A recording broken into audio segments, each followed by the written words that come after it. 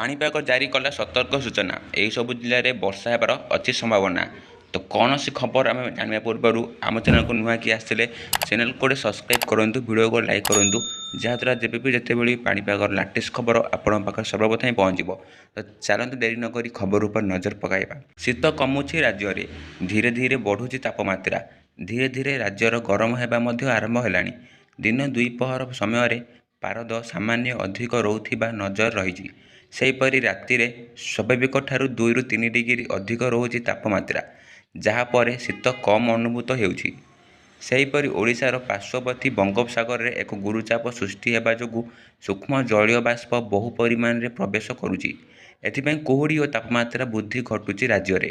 ଗତକାଲିଠାରୁ ଭୁବନେଶ୍ୱର 31.7 ଏବଂ କଟକରେ 30 ତାପମାତ୍ରା ରହିଥିବା କୁହାଯାଇଛି। ଅନ୍ୟପଟେ ପାଣିପାଗ ବିଭାଗ ସୂଚନା ଅନୁଯାୟୀ ଫେବୃଆରୀରେ ପଞ୍ଜାବ, ହରିୟାଣା ଓ ଦିଲ୍ଲୀର ବିଭିନ୍ନ ଅଞ୍ଚଳରେ ଘନ କୁହୁଡ଼ି ପଡ଼ିବାର ସମ୍ଭାବନା ରହିଛି, ଯାହା ଗତକାଲି ପର୍ଯ୍ୟନ୍ତ ଦେଖିବାକୁ ମିଳିଥିଲା। ସେହିପରି ଆଗାମୀ ଫେବୃଆରୀ 10 ତାରିଖରେ ଆଭ୍ୟନ୍ତରୀଣ ଜିଲ୍ଲାରେ ହାଲୁକା ବର୍ଷା ହେବାର ସମ୍ଭାବନା ରହିଛି। ତାହା ମଧ୍ୟରେ ରହିଛି ସୁନ୍ଦରଗଡ଼, କେନ୍ଦୁଝର, ବରଗଡ଼, ସମ୍ବଲପୁର, ନୂଆପଡ଼ା, ବଲାଙ୍ଗୀର ଆଦି ଜିଲ୍ଲା ଗୁଡ଼ିକରେ ହାଲୁକାରୁ ମଧ୍ୟମ ଧରଣର ବର୍ଷା ହୋଇପାରେ। ଏନେଇ ପାଣିପାଗ ବିଭାଗ ପକ୍ଷରୁ କୁହାଯାଇଛି। ବିଭାଗ ସୂଚନା ଅନୁଯାୟୀ ଆଗାମୀ 5 ଦିନ ପର୍ଯ୍ୟନ୍ତ ରାଜ୍ୟରେ ବିଶେଷ ପରିବର୍ତ୍ତନ ନାହିଁ ପାଣିପାଗରେ। ତେବେ 10 ତାରିଖ ବେଳକୁ ପଶ୍ଚିମ ଝଡ଼ ପ୍ରଭାବରେ ରାଜ୍ୟରେ ବର୍ଷା ହେଲେ ତାପମାତ୍ରା ଆସିପାରେ କିଛି ପରିବର୍ତ୍ତନ। ସେହିପରି ଆଗାମୀ କିଛି ଦିନ ପର୍ଯ୍ୟନ୍ତ ଘନ କୁହୁଡ଼ି ଦେଖାଯାଇପାରେ ରାଜ୍ୟରେ, ଯାହାର ଦୃଶ୍ୟମାନ କ୍ଷମତା ପ୍ରାୟତଃ 200ରୁ 50 ମିଟର ପର୍ଯ୍ୟନ୍ତ ରହିପାରେ।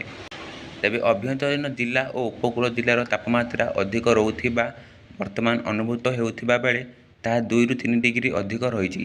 ଆଗାମୀ ଦିନରେ ଶୀତର ପ୍ରଭାବ ନଥିବାରୁ ଏପରି ତାପମାତ୍ରା ଦେଖିବାକୁ ମିଳିପାରେ।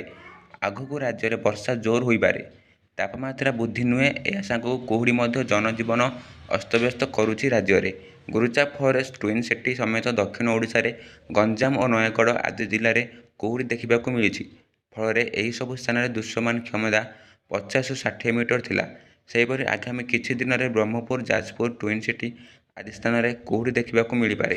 ଆପଣଙ୍କ ଜିଲ୍ଲାରେ ପାଣିପାଗର ଅବସ୍ଥା କିପରି ତାହା ଆମ କମେଣ୍ଟ ମାଧ୍ୟମରେ ଜଣାନ୍ତୁ। ଜୟ ଜଗନ୍ନାଥ।